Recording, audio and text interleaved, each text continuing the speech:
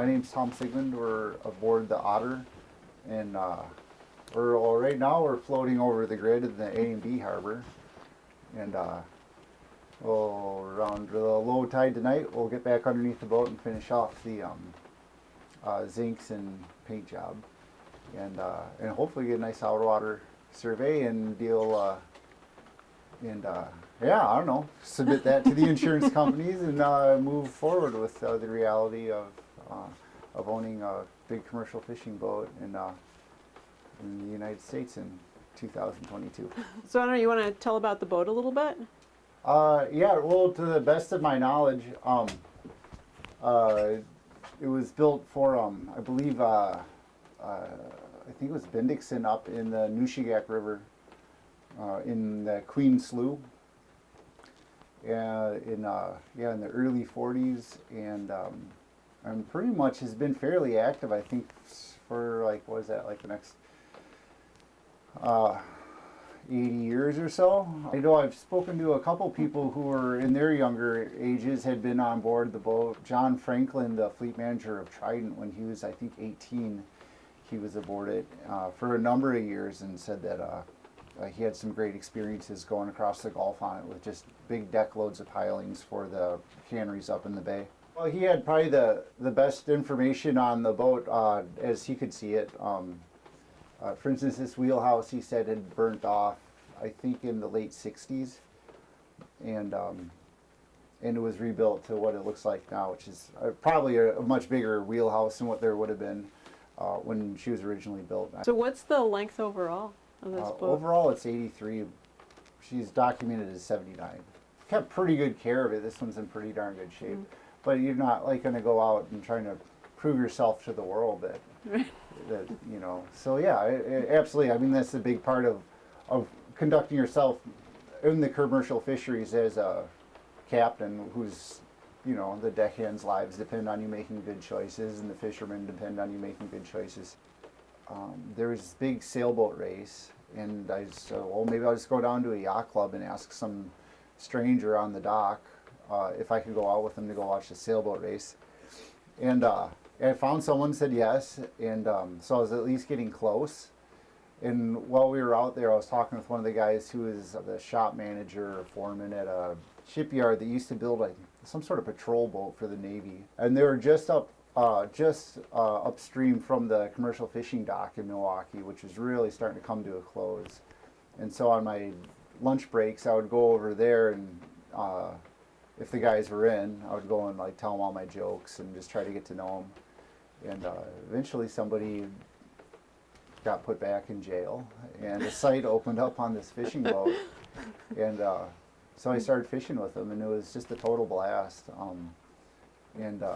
We would fish a gill net for it looks like a herring. It's a deeper water fish, commercially called chubs, and they're sold to smokehouses. So yeah, we would do that from September through the middle of winter into springtime, and then we'd run up north and try to fish for whitefish out of Green Bay area in Door County, and then hang up the gear and clean the boat real good. And then he had a drift net permit in Cook Inlet, and so we went up there and we fished the season drifting in Cook Inlet, and that was probably about the most fun I've ever had.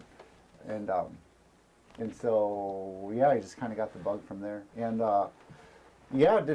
had thought to move to Alaska, and stopped in Seattle, and some friends told us there's a small town in Washington called Port Townsend, a little bit more of the speed, and probably worked and fished out of there for maybe 17 years. So I thought I could probably, since I was doing enough work on other people's boats doing the repair, and I thought maybe this is really something I want to try to do on my own, and with my own vessel, and try to be able to get it so I could hire my own crew and provide that sort of experience for other people, really.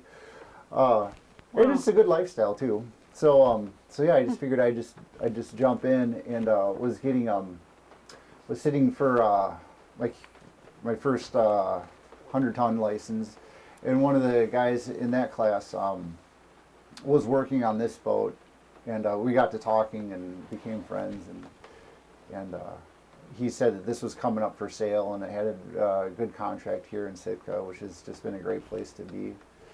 And yeah, I went for a boat ride and fished or worked with him for about half a season, and then we just kind of got into the process of buying the boat. And so yeah, and there was, I guess, the almost exactly 5 years ago, I think in February, all the paperwork and the money was transferred. So I'm Wow. almost 5 years old. The fisheries have seemed to be a little bit variable, and so when you're kind of looking for a business model that's got some stability in it, I've found that to be a little bit challenging for sure, to say the least. I don't really sometimes know how best to enunciate it, but it is a really good, I think it's a really good lifestyle, and I think it's one that's easily kind of dismissed, in that there's so much to learn, and it's endless. Like, it's kind of like sometimes drinking from a fire hydrant, and this one buddy described as kind of sometimes like being stuck between a dog and a fire hydrant.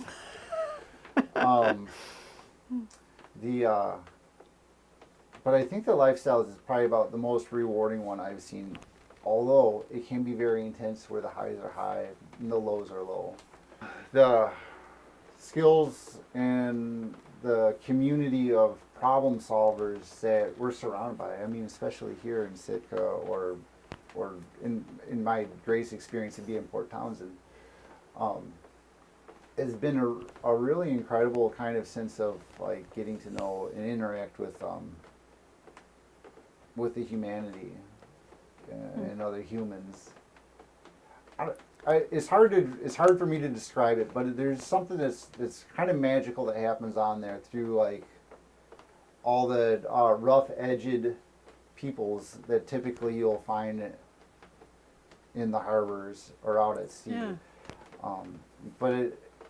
I hope that other people can experience this before it's a thing that is not something we can do any longer. Yeah, that's a gift.